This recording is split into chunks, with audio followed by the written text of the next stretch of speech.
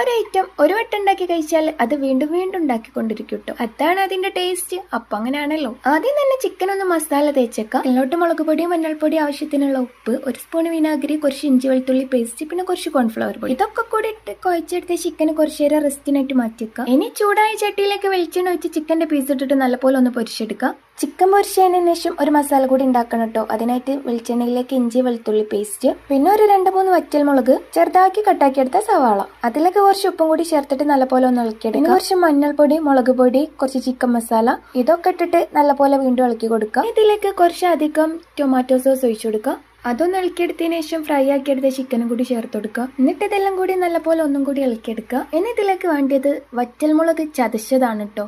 അത് കുറച്ച് അധികം തന്നെ ചേർത്ത് കൊടുക്കുക. പറഞ്ഞെന്ന് വിചാരിച്ച് ആർഭാടാക്കണ്ട കേട്ടോ. ഇനി ഇതിലേക്ക് കുറച്ച് ടൊമാറ്റോ സോസും കൂടി ഒഴിച്ചു കൊടുത്തിട്ട് നല്ലപോലെ ഒന്നെല്ലാം കൂടി മിക്സ് ആക്കി എടുക്കുക. അപ്പോൾ അത്ര പണികളും നല്ല അടിപൊളി ചിക്കൻ കൊണ്ടാട്ടതാ റെഡി ആയി കിട്ടും. അപ്പൊ നിങ്ങൾ ഉണ്ടാക്കി നോക്കിക്കോ, എന്തായാലും ഇഷ്ടാവും കേട്ടോ.